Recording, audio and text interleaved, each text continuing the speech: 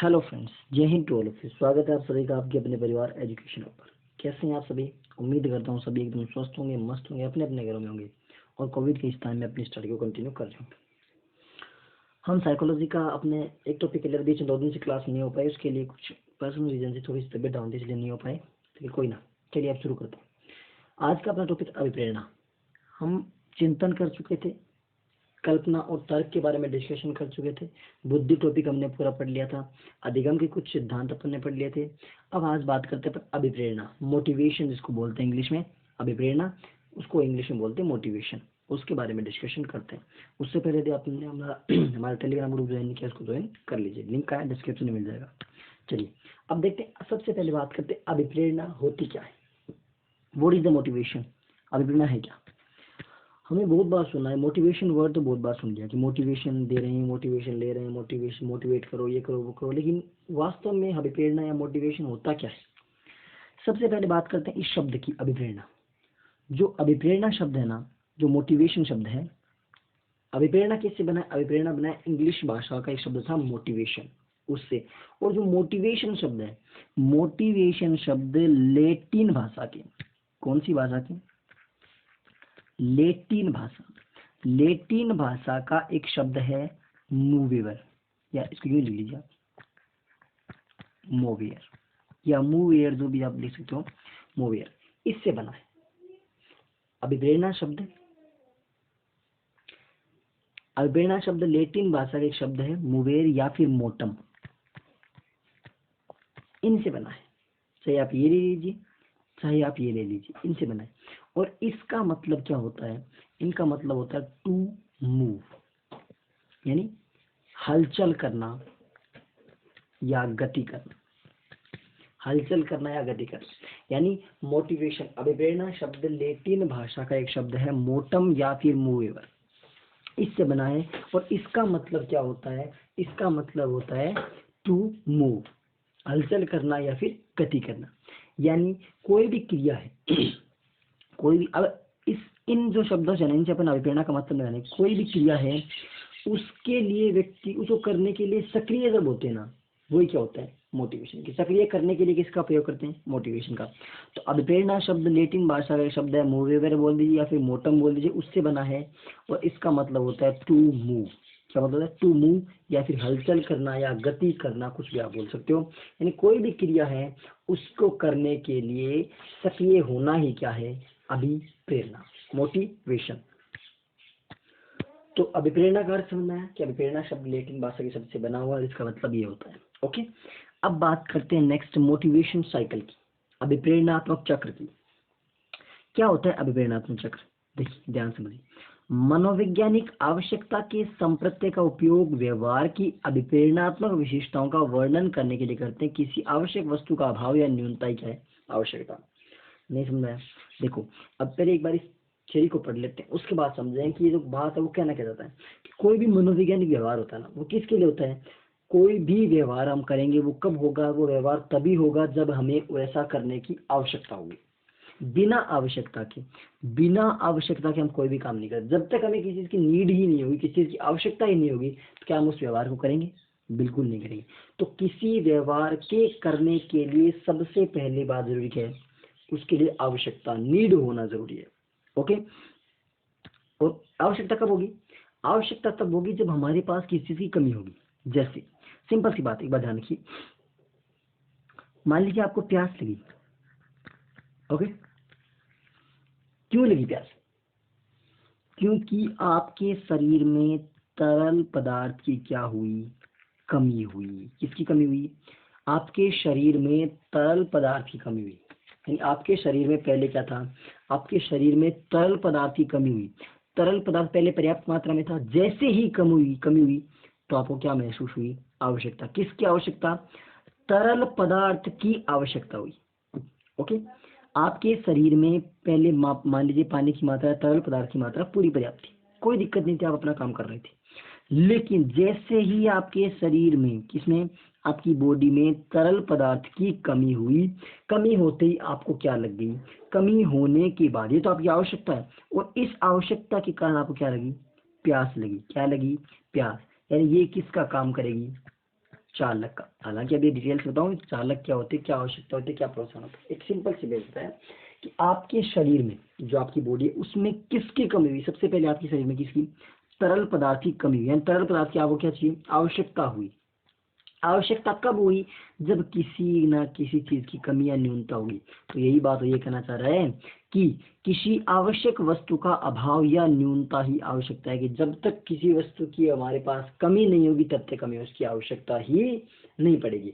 जैसे ही हमारे पास उस वस्तु की कमी होगी हमें उसकी आवश्यकता पड़ जाएगी। ओके, ठीक है। अब देखते हैं कि आवश्यकता अंतर्नोद को जन्म देती है। अंतर्नोद मतलब हमारे अंदर ही अंदर कुछ भाव प्रकट करती है। अंतर्नोद किसी आवश्यकता के कारण जो तनाव उत्पन्न होता है, किसी आवश्यकता के कारण जो तनाव उत्पन्न होता है ना, उसे क्या कहते हैं, अंतर्नोद।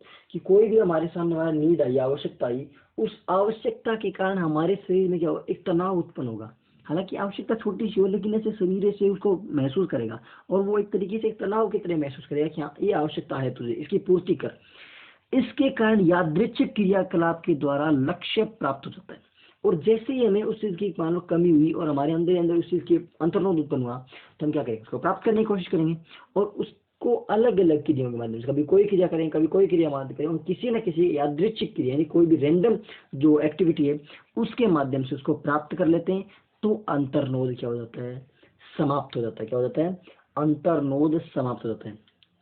सबसे पहले नीड हुई, उसके बाद हमारे अंतर्नोद आया और उसको अंतर्नोद को हमने कई अलग अलग क्रिया, यादृच्छिक कोई भी रैंडम क्रिया हुई उसके माध्यम से हमने उसको प्राप्त कर लिया। तो क्या हो गया, अंतर्नोद समाप्त हो गया।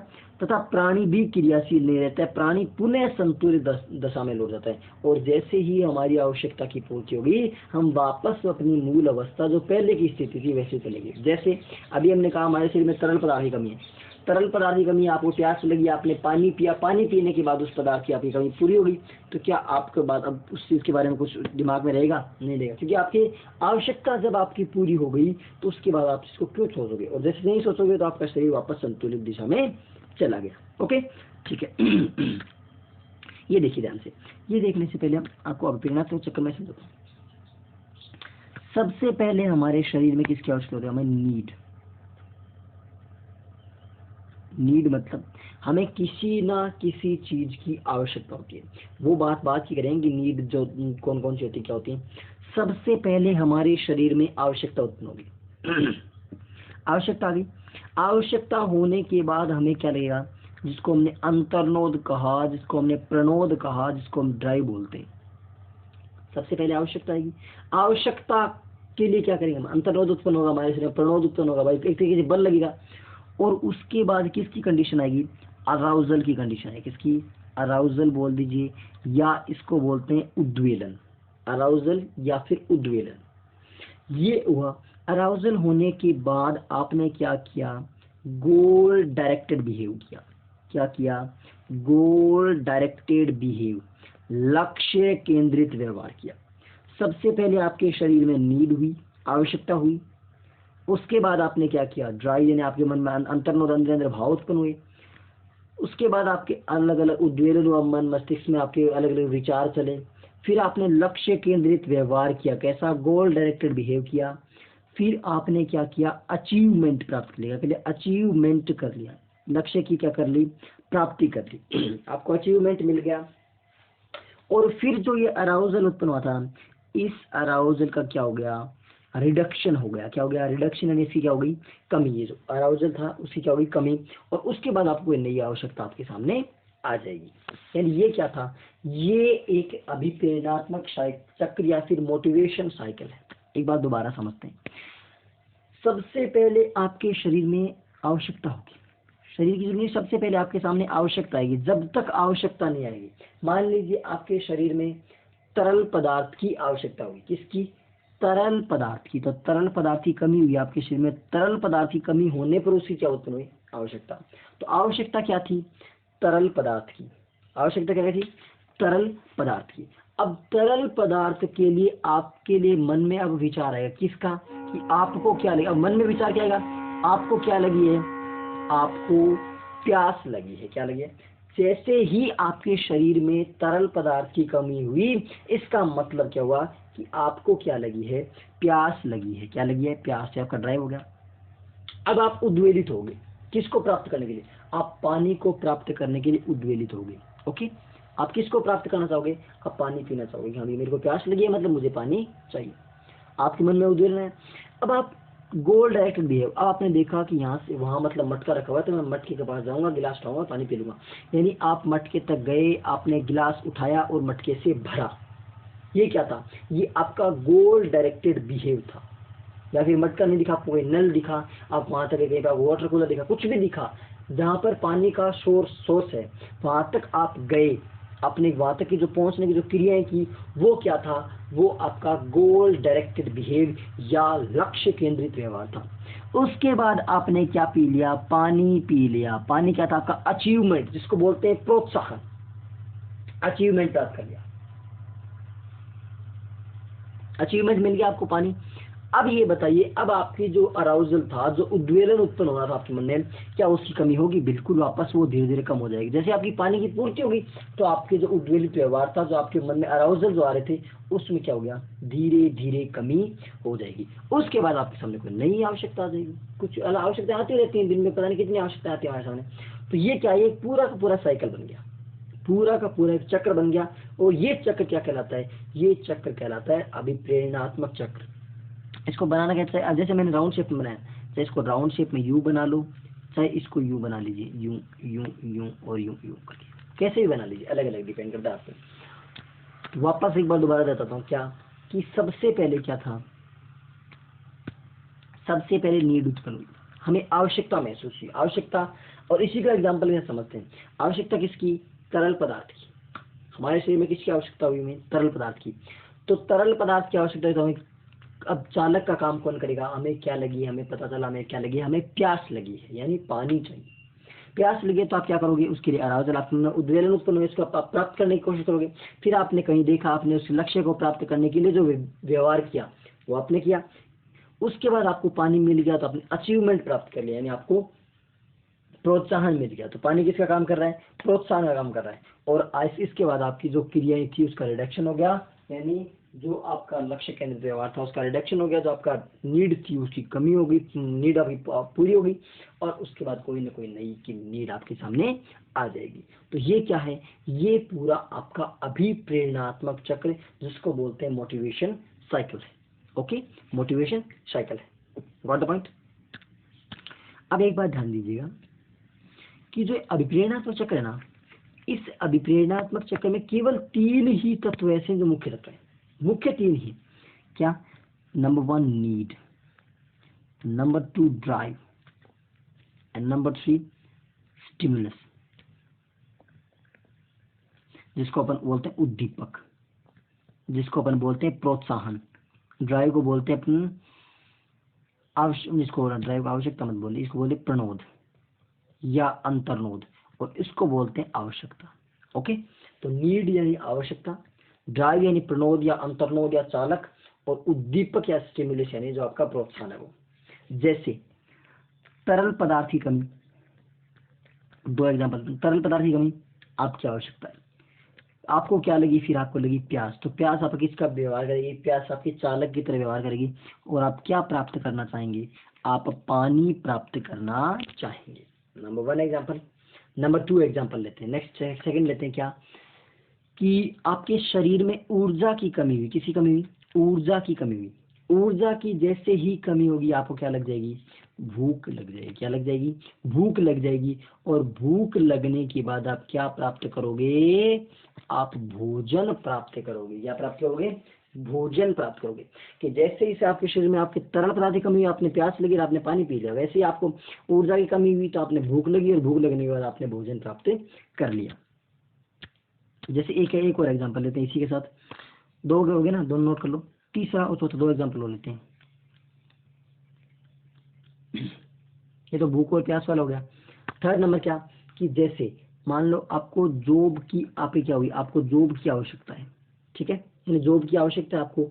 उसके लिए आपको करना क्या पड़ेगा, आपको पढ़ना पड़ेगा या फिर कार्य करना पड़ेगा, पढ़ना पड़ेगा या फिर कार्य करना पड़ेगा, सॉरी पढ़ना पड़ेगा फिर पढ़ाई करनी पड़ेगी, कार्य छोड़ो, कार्य क्या करोगे जॉब के लिए, आपको पढ़ाई करनी पड़ेगी, पढ़ना पड़ेगा जॉब के लिए। और फिर आप क्या कर लोगे, फिर मान लो आप टीचर बन गए तो आपको क्या हो गया, प्राप्त हो गया, आवश्यकता आपकी शांत हो गई। आपको जॉब की आवश्यकता थी, आप उसके लिए पढ़े और आप टीचर बन गए। नेक्स्ट, मान लीजिए आपके शरीर में किसी चीज की अधिकता है, जैसे सपोज ये मलमूत्र की आपके शरीर में अधिकता है, तो ये आपकी आवश्यकता है कि इनको मलमूत्र की अधिकता होना, यानी किसी चीज की न्यूनता या किसी चीज की अधिकता, उसको आप निकालना चाहेंगे, तो आपके शरीर में क्या बनेगा, दबाव बनेगा, और दबाव बनने के बाद आप क्या कर दोगे, आप उसका त्याग कर दोगे। ओके, तो आवश्यकता क्या होती है, जिसकी हमारे शरीर में या तो न्यूनता हो, बिल्कुल कमी हो, या फिर बहुत ही ज्यादा मात्रा हो, वो क्या होती है हमारी आवश्यकता। और उसके बाद हमें उसके लिए कुछ ना कुछ ड्राइव आवश्यक होता है, चालक की आवश्यकता होती है, और उसके बाद हम लास्ट में उद्दीपक को प्राप्त कर लेते हैं। ओके, ये 4 एग्जांपल से समझ में आ गया होगा आपके कि क्या नीड होती है, क्या ड्राइव होता है, क्या स्टिमुलस होता है। जैसे तरल पदार्थ की कमी आपकी आवश्यकता थी, फिर उसके बाद आपके सामने आए कि प्यास आती, क्या हुई, चालक हुई या फिर ड्राइव हुआ। और नेक्स्ट नंबर 3 कौन सा, पानी आपका प्रोत्साहन या फिर स्टिमुलस हुआ।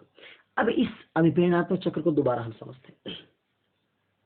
सबसे पहले हमारे शरीर में क्या उत्पन्न हुई, हमारे शरीर में सबसे पहले आवश्यकता उत्पन्न हुई, जिसको अपन बोलते हैं नीड, आवश्यकता उत्पन्न। आवश्यकता उत्पन्न होने के बाद अंतर्नोद, जिसको बोलते हैं प्रणोद या फिर ड्राइव, अंतर्नोद या प्रणोद या फिर ड्राइव, ये उत्पन्न हुआ। उसके बाद आया उद्वेलन, उद्वेलन जिसको बोलते हैं अराउजल, अराउजल। फिर आपने गोल डायरेक्टेड बिहेव, लक्ष्य निर्देशित व्यवहार क्या किया आपने, गोल डायरेक्टेड बिहेव किया, लक्ष्य निर्देशित व्यवहार किया। फिर आपको अचीवमेंट मिल गया, क्या मिल गया, अचीवमेंट मिल गया। और लास्ट में आपके उद्वेलन की कमी या फिर रिडक्शन ऑफ अराउजल हो गया, उद्वेलन की आप में क्या हो गई, कमी हो गई। ये क्या था, ये पूरा का पूरा आपका अभिप्रेरणात्मक चक्र या फिर मोटिवेशन साइकिल है। क्या है, मोटिवेशन साइकिल है, क्या है, मोटिवेशन साइकिल बोल दीजिए या फिर अभिप्रेरणात्मक चक्र बोल दीजिए। सबसे पहले आपको क्या महसूस हुई, सबसे पहले आपको आवश्यकता महसूस हुई, क्या महसूस हुई, आवश्यकता। उसके बाद आपके सामने है ड्राइव, अंतर्नोद, अंतर्नोद के बाद आपके सामने है उद्वेलन, क्या है, उद्वेलन। उद्वेलन के बाद आपने गोल डायरेक्टेड बिहेव किया, लक्ष्य निर्देशित व्यवहार किया। उसके बाद आपको अचीवमेंट प्राप्त हुआ, और अचीवमेंट के बाद आपके उद्वेलन की क्या होगी, कमी, रिडक्शन ऑफ अराउजल। ओके, और ये पूरा का पूरा क्या है, ये पूरा का पूरा आपका एक मोटिवेशन साइकिल है, यानी अभिप्रेरणात्मक चक्र है। ओके, क्लियर, ओके, ठीक है। अब नेक्स्ट चलते हैं। यदि इसका स्क्रीनशॉट लेना चाहो तो स्क्रीनशॉट आप इसका ले सकते हो। ये पूरा का पूरा अभिप्रेरणात्मक चक्र है। इंग्लिश मैंने आपको जो वर्ड्स जिसकी टर्म्स थी वो मैंने आपको बता दी। ये आपका अभिप्रेरणात्मक चक्र हो गया कंप्लीट। अब एक एक पॉइंट की बात करते हैं कि ये नीड क्या होती है, ये कितने प्रकार की होती है, क्या होती है, कैसे होती है। अब एक एक पॉइंट की बात अपन करते हैं। इससे पहले कुछ डेफिनेशंस की बात कर लेते हैं, या पहले आपको ये बता दो नीड क्या होती है। देखो, हाँ, सबसे पहले बात करते हैं अपन नीड, आवश्यकता की। ध्यान से देखते हैं आवश्यकता, आवश्यकता होती क्या। चलिए, कमी या अति की शारीरिक अवस्था को आवश्यकता कहा जाता है। क्या कहते हैं कि कोई भी कमी, किसी भी चीज की कमी हो या किसी भी चीज की अति हो, कमी या अति, किसी चीज की कमी या अति की शारीरिक अवस्था को क्या कहते हैं, आवश्यकता। आवश्यकता से तात्पर्य व्यक्ति में आंतरिक या बाह्य कारणों से उत्पन्न अवस्था से जिसकी अनुभूति अभाव के रूप में होती है। यानी हमें क्या मिलता है, उसका अभाव होता है या फिर उसकी अत्यधिक मात्रा होती है। जैसे भोजन या पानी की आवश्यकता का अनुभव शरीर में भोजन या जल की कमी होने पर होता है। ये बात मैंने बताई कि जैसे आपके शरीर में तरल पदार्थ की कमी हुई या फिर आपके शरीर में ऊर्जा की कमी हुई, तो आपको क्या महसूस हुआ, जो आपके शुरुआत में आपको आवश्यकता किसकी है, आपको आवश्यकता है तरल पदार्थ की, आपको आवश्यकता है आपके शरीर में ऊर्जा की, और उसके लिए आपको ड्राइव कौन देगा, आपको चालक का काम कौन करेगा, पानी की, उसको तरल पदार्थ की कमी के लिए आपको प्यास करेगी, और ऊर्जा की कमी को पूरा कौन करेगी, आपकी भूख करेगी। ओके, और उसके लिए आपको प्रोत्साहन कौन मिलेगा, जब आप प्यास आपकी कब सेटिस्फाई होगी, जब आपको पानी मिल जाएगा, और भूख आपकी कब मिटेगी, जब आपको भोजन मिल जाएगा।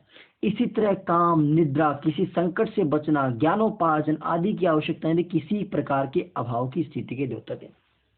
जैसे किसी संकट से बचना, संकट से बचना कब होगा? जब आपके सामने कोई संकट आ गया, मतलब शेर आ गया, अब जंगल में देखो आपके सामने शेर आ गया, तो उससे उसके लिए आपने कोई ना कोई आवश्यकता उत्पन्न, क्या आपकी बचने की आवश्यकता उत्पन्न है, क्या आपको उससे बचना है, फिर आप वहां से अलग अलग आप व्यवहार करोगे, वहां से आप भागना है आपको, वो अलग अलग उसकी क्रिया करोगे और लास्ट में आप बच जाओगे। वो होगा कि आपने बच गए, तो मतलब प्रोत्साहन प्राप्त कर लिया। यह अभिप्रेरणात्मक चक्र की पहली अवस्था है। कौन? आवश्यकता। आपको बताया था अभिप्रेरणात्मक चक्र पूरा मैं बता चुका हूँ। उसमें सबसे पहले शुरुआत किस चीज, मोटिवेशन कब तक नहीं मिलेगा? जब तक हमें आवश्यकता नहीं होगी तब तक हमारे लिए अभिप्रेरणा का चक्र शुरू नहीं होगा। अभिप्रेरणा चक्र कब शुरू होगा? जब हमें किसी चीज की आवश्यकता होगी। Got the point? क्योंकि किसी भी अभिप्रेरणा की उत्पत्ति में सबसे पहले आवश्यकता की उत्पन्न होती है। जब तक आवश्यकता उत्पन्न नहीं होगी तब तक अभिप्रेरणा नहीं मिलेगी। आवश्यकता उत्पन्न होगी तो ही अभिप्रेरणा मिलेगी। ओके, तो ये आपका आवश्यकता के बारे में था। अब प्रणोद को बाद में समझेंगे, पहले आवश्यकता को थोड़ा सा और समझते हैं। ध्यान से देखिएगा। आवश्यकता क्यों? आवश्यकता दो प्रकार की होती है। कैसी होती है? दो प्रकार की। एक होती है आपकी प्राइमरी, परिभाषा में बाद में देखेंगे, पहले एक बार आवश्यकता के बारे में देखते हैं। एक आवश्यकता होती है आपकी प्राइमरी। एक मिनट रुकिए, यहाँ नहीं लिखेंगे इसको। हाँ, अब देखिए, एक आवश्यकता होती है आपकी प्राइमरी।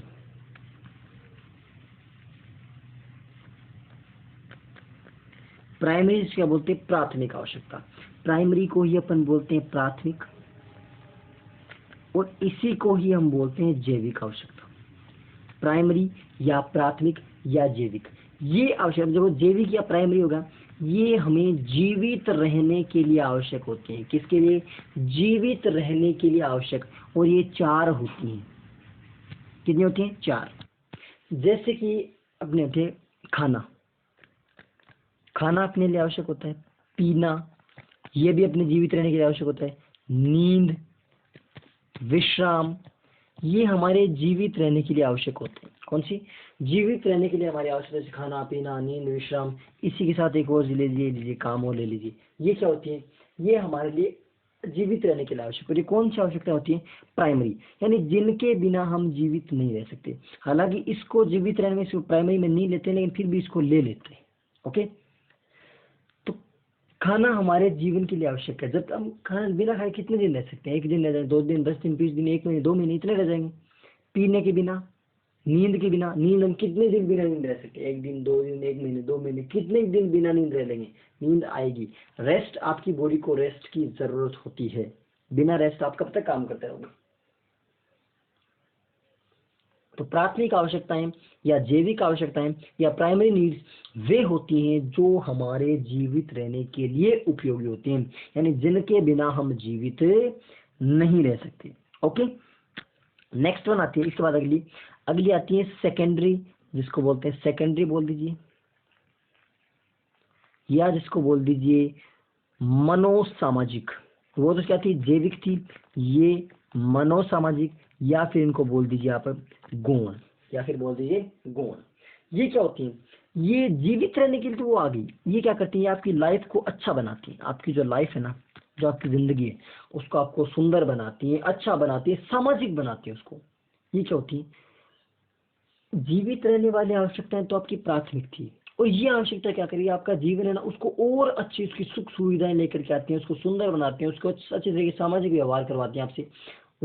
और ये अर्जित होते हैं। कैसे व्यवहार होता है?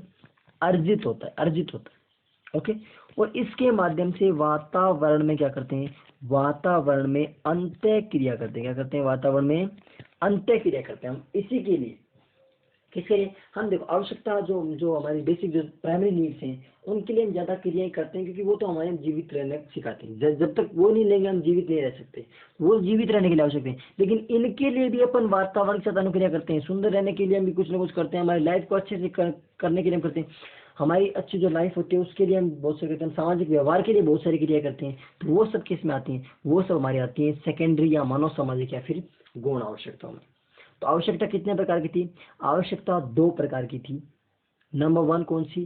प्राइमरी नीड्स, जो जीवित रहने के लिए आवश्यक है, और सेकेंडरी नीड्स, जो हमारी लाइफ को अच्छा बनाती है। ओके, 2 प्रकार की आवश्यकता हो गई।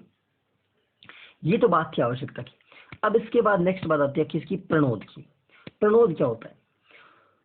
प्रणोद होता है, देखो ध्यान समझते हैं प्रणोद को। प्रणोद वैसे तनाव या क्रियाशीलता की अवस्था को कहते हैं जो किसी आवश्यकता द्वारा उत्पन्न होता है। यानी कि कोई भी हमारी आवश्यकता होती है शरीर में, उस आवश्यकता के पश्चात जो तनाव या जो स्ट्रेस उत्पन्न होता है हमारे शरीर में, वो क्या होता है? वही होता है हमारा प्रणोद। किससे? कि प्रणोद वैसे तनाव या जो क्रियाशीलता की अवस्था को कहते हैं जो किसी आवश्यकता द्वारा उत्पन्न होता है। किसी आवश्यकता के द्वारा जो उत्पन्न होता है उसे क्या कहते हैं? उसे प्रणोद कहते हैं। प्रणोद वस्तुतः प्रेरणा का एक अंग है। किसका? प्रेरणा का, मोटिवेशन का, प्रेरणा का एक अंग है। प्रेरक में 2 चीजों का समावेश होता है, बल या प्रणोद तथा व्यवहार की लक्ष्य प्राप्ति की ओर आकर्षित होने का। यानी जो जो गोल डायरेक्टेड बिहेव था वो भी, और जो आपका जो प्रणोद मिल रहा था, जो बल मिल रहा था आपको, वो भी किसमें? इसी प्रणोद के अंतर्गत आता है, ड्राइव करने का। जब किसी प्रणोदन के फलस्वरूप व्यक्ति का व्यवहार लक्ष्य को प्राप्त करने की दिशा में अग्रसर होता है, तब ऐसे व्यवहार को प्रेरित व्यवहार की संज्ञा देते हैं। नहीं समझ आया? देखो ध्यान से, प्रणोद क्या होता है, ध्यान समझते हैं। प्रणोद, जिसको क्या बोलते हैं अपन? ड्राइव बोल दो, इसी को हम बोलते हैं ड्राइव, इसी को बोलते हैं चालक, इसी को बोलते हैं अंतर्नोद। ये क्या करता है? ये जो हमारी होती है आवश्यकता, जो नीड हमें महसूस होती है, आवश्यकता में महसूस हुई, वो किसके कारण होती है? इसी कारण कि जब हमारे शरीर में किसी चीज की कमी या अधिकता होगी तो उसका एहसास कौन करवाएगा? ये एहसास यही करवाएगा। ये किससे? नीड से हमारे शरीर पर एक बल लगता है। क्या लगता है? बल लगता है, फिर तनाव उत्पन्न होता है, और यही क्या होती है? हमारी ड्राइव होता है। जैसे भूख लगना। अब भूख कब लगी? भूख कब लगी? जब हमारे शरीर में भोजन की आवश्यकता हो, यानी ऊर्जा की आवश्यकता हुई। हमारे सामने आवश्यकता है क्या? कि आपके शरीर में ऊर्जा की कमी है, तो वो आपकी आवश्यकता है, उसको पूर्ति करो। तो वो क्या हो गया? उसके लिए हमें भूख लगी। तो उस चीज का एहसास किसने करवाया? एहसास करवाया इस भूख ने। पानी की कमी, तरल पदार्थ की कमी क्या हो गई? आपकी आवश्यकता, और उसका एहसास किसने कराया? प्यास ने। उसी तरीके से आपका नींद है, आपका काम है, ये सब क्या है? ये आपकी ड्राइव है। ये आपको उस चीज का एहसास करवाएंगे कि हाँ, आपके शरीर को, आपको मतलब थकान हो रही है, आपको सोने की आवश्यकता है, तो आप क्या लोगे? नींद लोगे। नींद की आपको आवश्यकता है। ओके, तो ये प्रणोद क्या करता है? ड्राइव क्या करता है? ये आपकी जो आवश्यकता है, नीड है, उस नीड से जो बल उत्पन्न होता है, उस नीड से जो बल उत्पन्न होता है, वो क्या होता है? वो आपकी आवश्यकता होती है, सॉरी प्रणोद होता है। ओके, 2 बातें। फिर इसके बाद आपने एक पॉइंट हो लिया था, कौन सा? अराउजल। अराउजल लिया था। अराउजल क्या होता है? उद्वेलन, जिसको बोलते हैं अपन लक्ष्य प्राप्त करने की धुन सवार हो जाना। कि हमें अब तो प्यास लगी है, मतलब हमें तरल पदार्थ की कमी है, हमें प्यास लगी है, तो मतलब अब तो पानी पीना ही पीना, चाहे इसके लिए कुछ करना पड़ जाए, हमें पानी पीना ही पड़ेगा। फिर उसके बाद क्या था? गोल डायरेक्टेड बिहेव, लक्ष्य केंद्रित व्यवहार, कि आप किसी लक्ष्य पर पहुंचने के लिए क्या बिहेवियर रखते हो, क्या व्यवहार करते हो, वो क्या होता है आपका? गोल डायरेक्टेड बिहेव। उसके बाद आपने क्या अचीवमेंट्स लिए, क्या आपने लक्ष्य की प्राप्ति की, वो क्या होता है? आपने लक्ष्य प्राप्ति, इसको बोलते हैं प्रोत्साहन। और लास्ट में हो गया आपकी रिडक्शन। रिडक्शन किसका? रिडक्शन ऑफ अराउजल, यानी उद्वेलन की लास्ट में क्या हो जाए? कमी, क्योंकि आपकी आवश्यकता क्या हो जाती है? शांत हो जाती है। आपकी आवश्यकता क्या हो गई? शांत। जैसे ही आपकी आवश्यकता शांत हुई, आपको लक्ष्य की प्राप्ति हो गई। ओके, ठीक है। अब तीसरा देखते हैं क्या? प्रोत्साहन या फिर लक्ष्य, जो होता है आपका गोल, वो लास्ट में जो आपको प्राप्त होता है उसकी बात कर रहा है। प्रोत्साहन या फिर लक्ष्य, इंसेंटिव या फिर गोल। प्रोत्साहन या लक्ष्य अभिप्रेरणात्मक चक्र का तीसरा कदम है। लक्ष्य का प्रोत्साहन वातावरण की वस्तु है जो व्यक्ति की ओर आकर्षित करती है, व्यक्ति को अपनी ओर आकर्षित करते हैं। कोई भी वातावरण में कोई ऐसी वस्तु जो आपको, वही बात, उद्दीपक जो आपको प्राप्त होगा। प्राप्त कैसे हुआ? कि वो एक वातावरण में उपस्थित वस्तु जो आपको उसकी ओर व्यवहार करने के लिए अपनी ओर आकर्षित करते हैं कि हाँ, जैसे भोजन। भोजन क्या था? आपको आकर्षित कर रहा था कि हाँ आओ मुझे खाओ, वो क्या था? भोजन। पानी, पानी क्या था? आपको आपकी तरफ उस मतलब प्राकृतिक चीज, जो प्रकृति में मौजूद ऐसा उद्दीपक जो आपको अपनी ओर आकर्षित कर रहा था, जिसकी प्राप्ति से व्यक्ति की आवश्यकता की पूर्ति और प्रणोद में कमी हो जाती है। जैसे प्यासे व्यक्ति के लिए जल एक प्रोत्साहन का काम करता है, जल एक उद्दीपक का काम करता है, एक प्रोत्साहन का काम करता है। कैसे कि जैसे ही आपको पानी मिलेगा, पानी मिलने के आपको तरल पदार्थ की कमी, आपको प्यास लगी, प्यास लगने और आप किसको प्राप्त करना चाह रहे हो, पानी को, पानी मिल गया तो आपकी आवश्यकता क्या हो जाएगी, शांत। और आवश्यकता जैसे शांत हो वैसे आपका प्रणोद भी शांत हो जाएगा।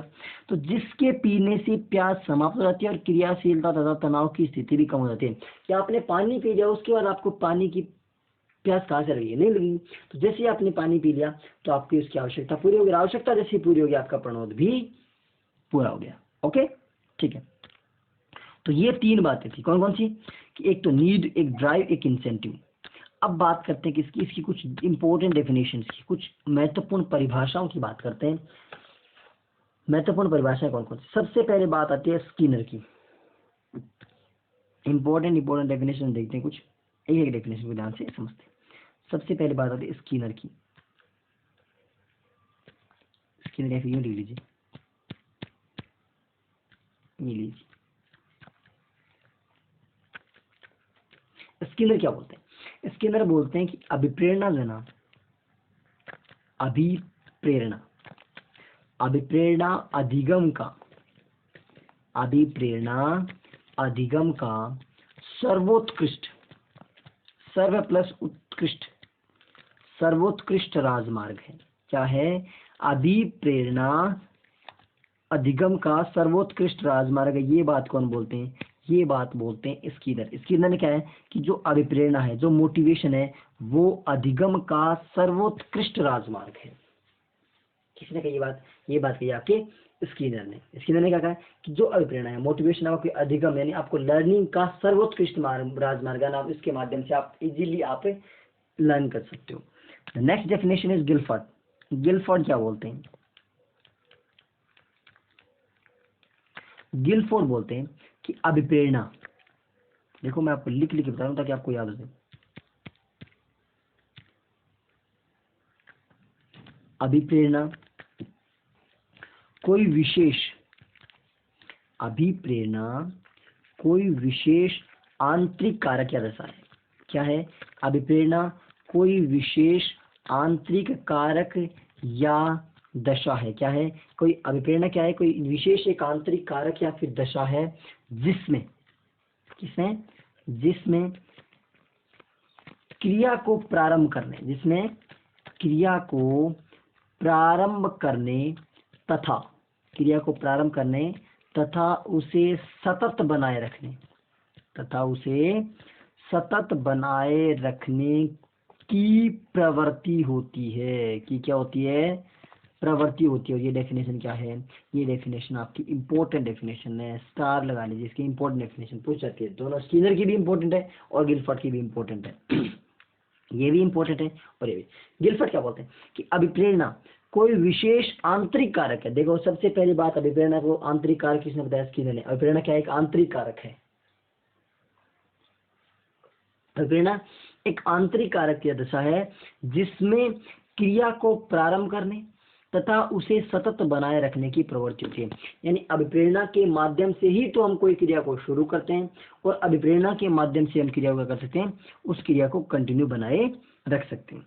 ओके, तो ये बात किसने की थी, ये बात की थी गिलफर्ड ने। गिलफर्ड क्या बोलते हैं कि अभिप्रेरणा कोई विशेष आंतरिक कारक या दशा है जिससे क्रिया को प्रारंभ करने तथा उसे सतत बनाए रखने की प्रवृत्ति होती है। ओके, नेक्स्ट डेफिनेशन देखते हैं अपने अगली, नंबर 3, शेफर। शेफर की डेफिनेशन भी इंपॉर्टेंट है। शेफर क्या बोलते हैं कि अभिप्रेरणा, क्या, अभिप्रेरणा क्रिया करने की, क्रिया करने की ऐसी प्रवृत्ति है। कैसी प्रवृत्ति, ऐसी प्रवृत्ति है जो अंतर्नोद द्वारा, किस द्वारा, अंतर्नोद द्वारा उत्प्रेरित, कैसे, अंतर्नोद द्वारा उत्प्रेरित व समायोजन, व समायोजन द्वारा समाप्त होती है। अब देखो इस पे ऐसा लिख रहा था इस बोर्ड पे, अब बात किसने की है? शेफर ने। शेफर क्या बोलते हैं कि अभिप्रेरणा जो है ना, अभिप्रेरणा किसी क्रिया को करने की ऐसी प्रवृत्ति है, क्या है? किसी क्रिया को करने की ऐसी प्रवृत्ति जो अंतर्नोद द्वारा उत्प्रेरित होती है। अंतर्नोद कैसे? जो हमारे मन में जो हमारे आते हैं ड्राइव, जो इसको ड्राइव बोलते हैं, अंतर्नोद बोलते हैं। अंतर्नोद के कारण तो उत्पन्न होती है और समायोजन एडजस्टमेंट, एडजस्टमेंट इसको बोलते हैं प्रोत्साहन, या फिर मतलब जो लास्ट में उद्दीपक प्राप्त हो जाता है। समायोजन द्वारा क्या होती है? समाप्त। यानी अभिप्रेरणा शुरू किससे होती है? शुरू होती है जो आपका चालक है या फिर ड्राइव है या फिर अंतर्नोद, उससे तो शुरू होती है। और समाप्त किससे होती है? आपको प्रोत्साहन मिल जाता है या फिर आपको समायोजन कर लेते हो आप किसी चीज से, तो उससे क्या हो जाती है? उससे समाप्त हो जाती है। Okay, got the point. And the last one definition is good. वो किसकी डेफिनेशन है? गुड की। गुड क्या बोलते हैं? ध्यान से देखो। गुड ने बात की कि अभिप्रेरणा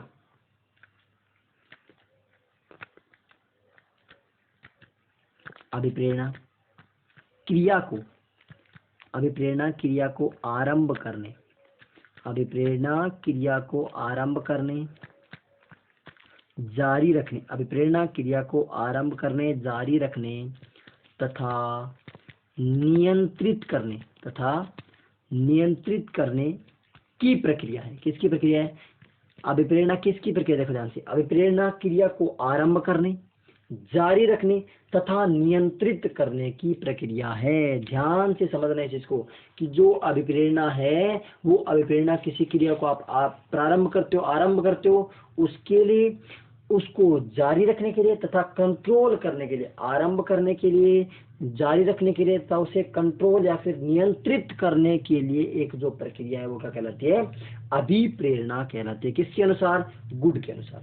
तो 4 डेफिनेशन पढ़ी अपन ने। कौन कौन सी पढ़ी? देखो ध्यान से बात देखते हैं। स्किनर की पढ़ी, अभिप्रेरणा अधिगम का सर्वोत्कृष्ट राजमार्ग है। गिलफर्ड की पढ़ी, अभिप्रेरणा कोई विशेष आंतरिक कारक या दशा है जिससे क्रिया को प्रारंभ करने तथा उससे सतत बनाए रखने की प्रवृत्ति होती है। थर्ड वन कौन सी? शेफर बोलते हैं अभिप्रेरणा क्रिया करने की ऐसी प्रवृत्ति जो अंतर्नोद द्वारा उत्पन्न है, समायोजन द्वारा समाप्त हो जाती है। और लास्ट वन कौन सी है? गुड की। अभिप्रेरणा क्रिया को आरंभ करने तथा जारी रखने तथा उसे नियंत्रित करने की प्रक्रिया है। ये क्या कंप्लीट हो गया? आपकी डेफिनेशन कंप्लीट होगी। किसकी? डेफिनेशन। ओके, तो अब तक अपन ने क्या पढ़ा? अब तक अपन ने देखो अभिप्रेरणात्मक चक्र के बारे में पढ़ लिया, और अभिप्रेरणा जो लक्ष्य, जो आवश्यकता वगैरह थी उनके बारे में पढ़ लिया, और अभिप्रेरणा संबंधित किसके बारे में पढ़ लिया? अभिप्रेरणा से संबंधित हमने पढ़ लिया परिभाषाओं के बारे में। अब बात करते हैं अभिप्रेरणा के प्रकार। अभिप्रेरणा कितने, जो प्रेरक होते हैं वो प्रेरक कितने प्रकार के होते हैं, इसके बारे में बात करेंगे अपन नेक्स्ट क्लास में। अभिप्रेरणा के सिद्धांत भी अपने को नेक्स्ट क्लास में कंप्लीट करने हैं, और अभिप्रेरणा की इसके बारे में भी कंप्लीट करना है। ओके, आज का ये छोटा सा वीडियो, इसमें आपको क्या देखा? आपने अभिप्रेरणा की शुरुआत की, 2 दिन से क्लास ऑफ थी, तो हालांकि इसके लिए रीजन आपको बता दिया। और अगर वीडियो आपको पसंद आया तो वीडियो आपको लाइक करना है, शेयर करना है। चैनल पे नए हो तो चैनल को आपको सब्सक्राइब करना है, और बेल आइकन को जरूर प्रेस कर लेना ताकि आपको टाइम टू टाइम नोटिफिकेशन मिलते रहें। ओके, मिलते हैं नेक्स्ट क्लास में। तब तक के लिए हंसते रहिए, मुस्कुराते रहिए, अपना ध्यान रखिए, अपने घर वालों का ध्यान रखिए, and thank you for watching.